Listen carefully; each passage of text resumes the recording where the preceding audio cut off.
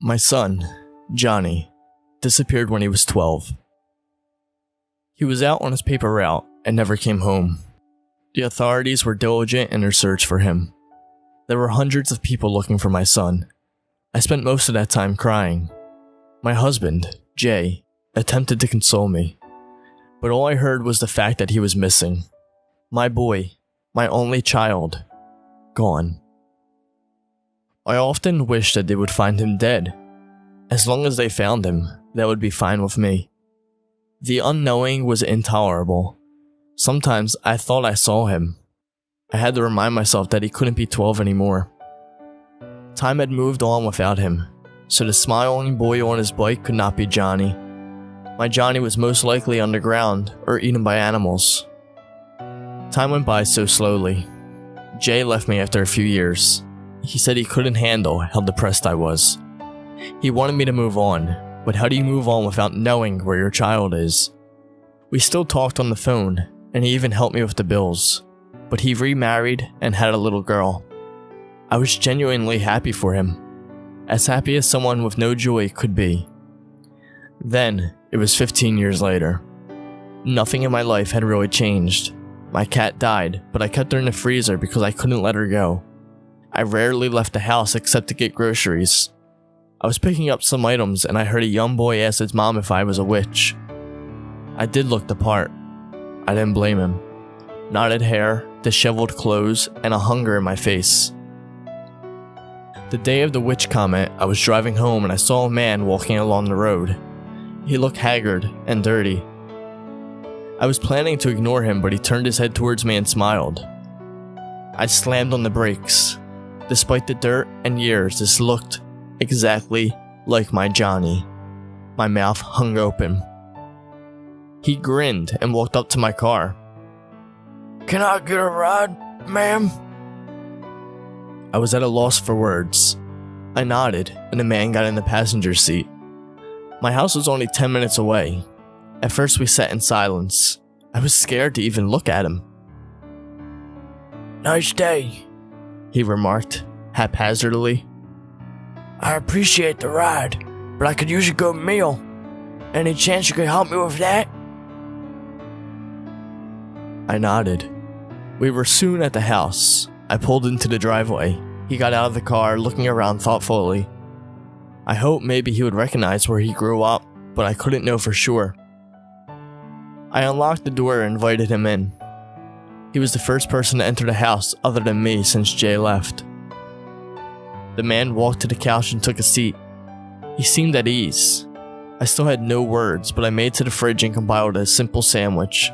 I handed it to him and sat in the chair across from him.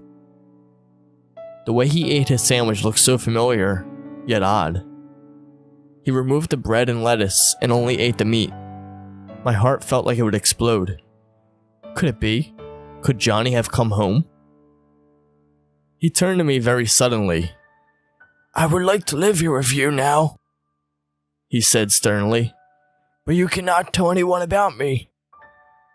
"I never would," I exclaimed. He smiled. "It won't be easy living with me." "I don't care. I've waited for you for so long." I yearned to reach out and touch him. "What happened to you?" "I will tell you, I promise. But first, answer me this. What do you see when you look at me?" His voice was soothing. I trusted him. My son, Johnny, but all grown up. Tears filled my eyes. "Would you prefer me to be your little boy again?" My jaw quivered. "Yes," I said in a whisper.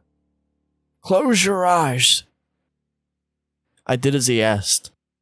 I heard him get up. I dared not open my eyes. He stood in front of me. "You may look now." I opened my eyes, and before me stood my Johnny. 12 again. He smiled. "It's me, Mom. It's Johnny." I wailed as I reached out to hug him. As my skin connected with his, I recoiled in horror. His body felt like sharp feathers.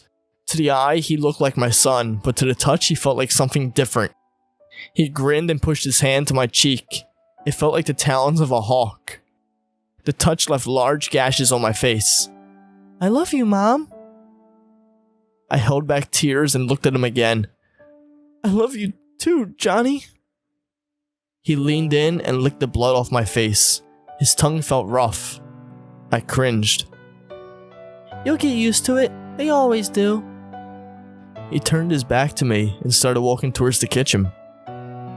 For a second, I saw something monstrous.